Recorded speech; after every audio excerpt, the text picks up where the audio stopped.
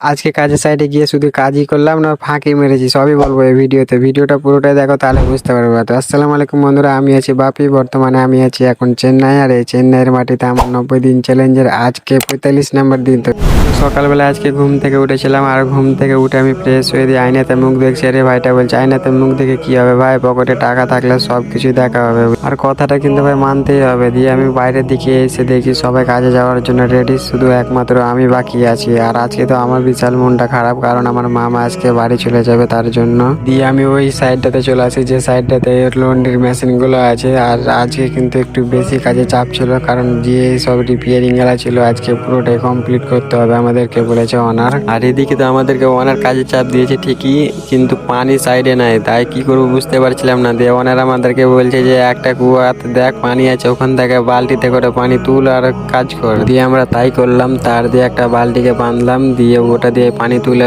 যত সব গাঁথনি গেলা ছিল ওগুলাকে ভিজাচ্ছি। আর আজকে কিন্তু প্লাস্টারের কাজ হবে, বুঝতে তো পারছো, মানে রিপেয়ারিং এর কাজ কিরকম পানির দরকার হবে। খুব একটা বেশি পানির দরকার নাই, তবু আমাদেরকে তো সাইডে পানি থাকা দরকার নাকি। আর এই তামিলি মিস্ত্রিটাকে আমি দু করে মশলা দিয়ে বিন্দাস ঘুরে বেড়াচ্ছি, কাজ কি করবো বুঝতে পারছিলাম না। তো ওই আমাকে ডেকে বলছে বেকার ঘুরে বেড়াস না, তুই আমার কাছে আয়, দিয়ে যে ঢালাই গেলা বাদ হয়ে গেছে সে ঢালাই গুলাকে ভেঙে ফেলে দে, আমি আবার নতুন করে প্লাস্টার করবো। আর আমার ঢালাই ভাঙা হয়ে যাওয়ার পরে ওকে দেখছি একটা টুলের উপরে ওটা সিলিং এর ভাই প্লাস্টার গুলা চট আছে, মানে কি বলবো, হালকা করে মারছে সব ছুটে পড়ে গেছে। আর আমরা কাজ করছিলাম, আর পাশে দেখছি একটা রং মিস্ত্রি এসে সব রং করছে। দিয়ে বলছে কি যে তোমরাও কাজ করো আমরাও কাজ করি, তারই মধ্যে চলে আসে চা। দিয়ে আমি চাটা খেতে চলে যাই, মানে চেয়ারের উপরে বসে চা খাচ্ছি। তাহলে কাজ করতে এসেছি না অফিসে এসেছি বুঝতে পারছিলাম না, বুঝলে।